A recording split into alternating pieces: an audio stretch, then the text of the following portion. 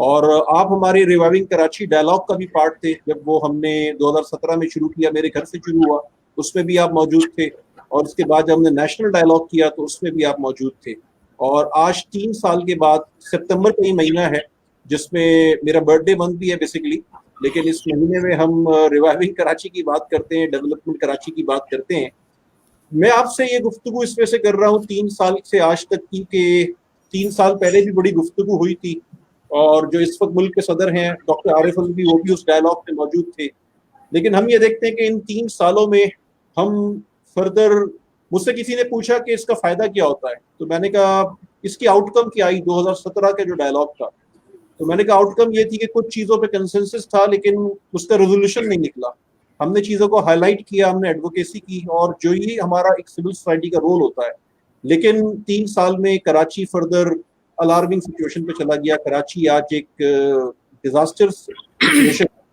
تو ادھر ہم کھڑے ہیں, اور اس کے بعد میں آپ کے خیالات جاننا چاہوں گا. ہمارا 10 سے 12 منٹ کا وقت آپ کے ساتھ ہوگا جس پہ ہم چاہیں گے آپ اپنی گفتگو کریں. جی بیٹے چلا نہ جائیے, کون سا سوال؟ چلو چھوڑو. جی بسم اللہ الرحمن الرحیم. بہت شکریہ اظفر صاحب. اور میں نے کافی لوگوں کی گفتگو سنی, اور ایک کونے میں میری اسٹل فوٹوگرافس تو آ رہی ہے بدقسمتی سے, لیکن یہ ویڈیو کام نہیں کر رہا غالباً. پرانا کہیں سے حاصل کیا میں نے آج یہ لیپ ٹاپ. بات یہ ہے کہ کچھ پوری دنیا میں کچھ اسٹیبلش چیزیں ہیں, اور آج کل جو ہے سب کو پتہ ہے جمہوریت کس چیز کا نام ہے, وہ کس طرح چلتی ہے. سب لوگوں کو پتہ ہے ایک فیڈرل گورنمنٹ ہوتی ہے, ایک اسٹیٹ یا پروونشل گورنمنٹ ہوتی ہے, اور ایک لوکل گورنمنٹ ہوتی ہے تھرڈ ٹیئر. تمام ملکوں میں یہی نظام چلتا ہے, اور پاکستان کے آئین بھی یہ کہتا ہے. اور یہ تھرڈ ٹیئر جو ہے یہ ایک موسٹ امپورٹنٹ ٹیئر ہے, یہ بنیاد ہے جمہوریت کی, یہ بنیاد ہے. اگر بنیاد ٹھیک نہیں ہوگی تو آگے جمہوریت پروونس اور جو فیڈرل ہے وہ بھی ٹیڑھی بنیاد سے اگر اٹھے گا تو اس کی دیواریں ٹیڑھی ہوں گی.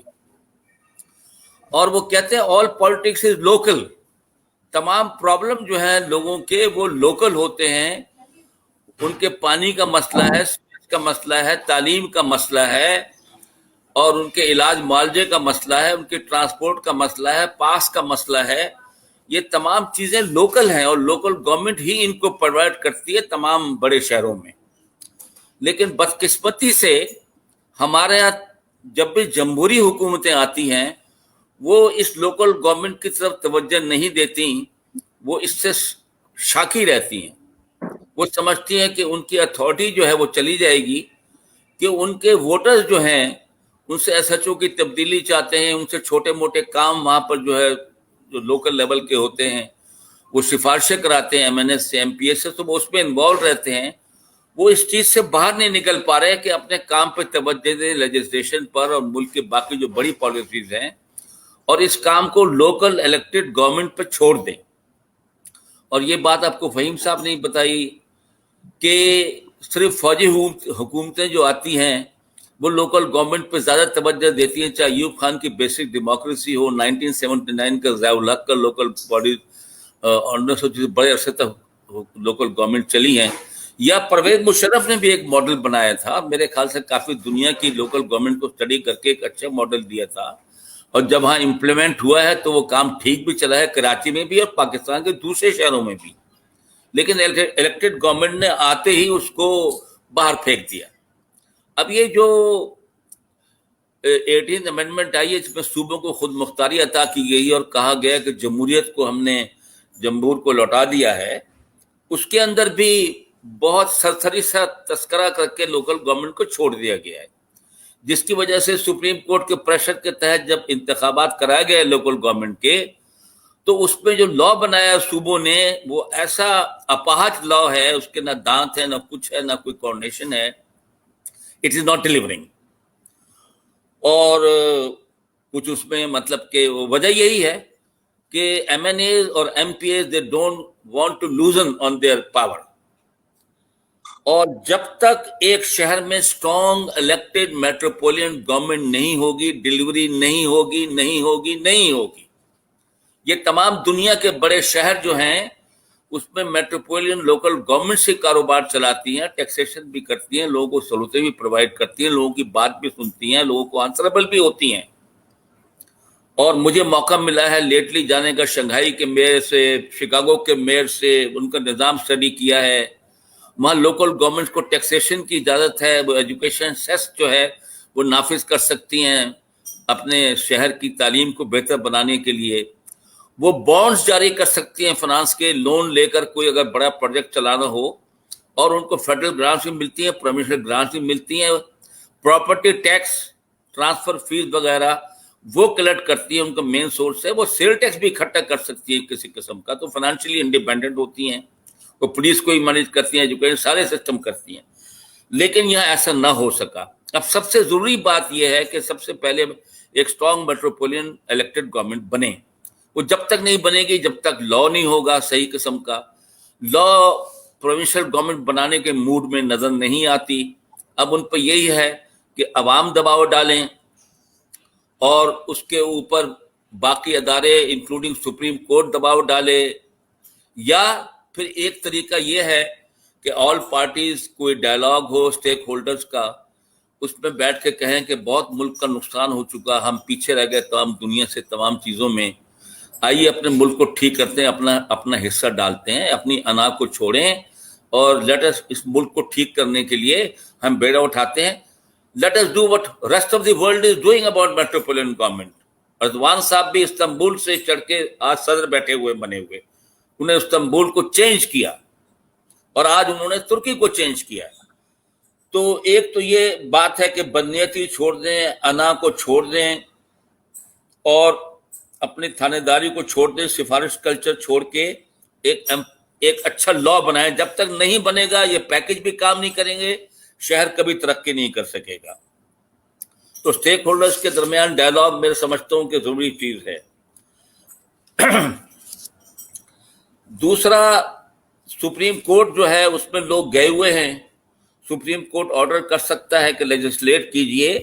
جتنی تفصیل سے آپ نے صوبائی حکومتوں کی بات کی ہے کہ ان کو کیا کیا پاورز ہیں اور کیا کیا 18 امینڈمنٹ کے بعد ہے, تو اتنی ہی ایلیبریٹ طریقے سے آپ لوکل گورنمنٹ کو بھی دیجئے کہ لوکل گورنمنٹس کو, تمام ڈسٹرکٹس کو پروونشل فنانس کمیشن بنے گا, ان کے سینسز ان کی آبادی کے مطابق ان کو ریسورسز دی جائیں گی, اور ان کو جو شہر کی ہمارے مختلف انسٹیٹیوشنز ہیں, واٹر بورڈ ہے اور Karachi Sindh building control authority ہے, کے ایم سیز ہیں, ڈی ایم, ان سارے انسٹیٹیوشنز کو ری وائٹلائز کرنے کی ضرورت ہے. اس میں بہت سے گوسٹ ورکرز ہیں, اس میں بہت پولیٹیکل قسم کی اپائنٹمنٹس ہیں, اس میں ایسے لوگ ہیں لائک پی آئی اے ادھر جس طرح سب اداروں میں گھسا دیے گئے ہیں جو کام نہیں کر رہے ہیں, کام خراب کر رہے ہیں. تو جب تک اداروں کو ہم ری وائٹلائز نہیں کریں گے, ایک اچھا لا بن بھی جائے تو وہ اس میں ایکسرسائز کر سکتا ہے. اب یہ شارٹ ٹرم پیکج جو دیا جا رہا ہے, آج پرائم منسٹر صاحب نے اناؤنس کیا اور سندھ گورنمنٹ نے, تو اس کا ایک لمیٹڈ فائدہ تو ہوگا. کچھ شہر کی سڑکیں ٹھیک ہو جائیں گی, کچھ اور چیزیں ٹھیک ہو جائیں گی, نظر آنی شروع ہو جائیں گی.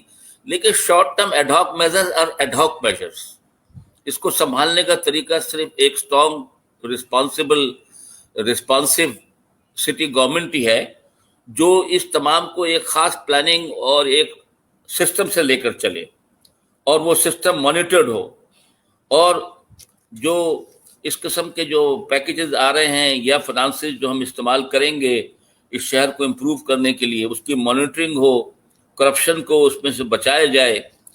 تو جب تک ہم یہ انیبلنگ لا نہیں بنائیں گے نیک نیتی کے ساتھ, اور اپنی جو ہماری سٹی کی انسٹیٹیوشنز ہیں ان کو ری وائٹلائز نہیں کریں گے, تو اتنے بڑے شہر کو ہم جو ہے وہ ایڈمنسٹر نہیں کر سکیں گے, اس شہر کی ترقی نہیں ہو سکے گی, اور یہ شہر سلم بنتا چلا جائے گا.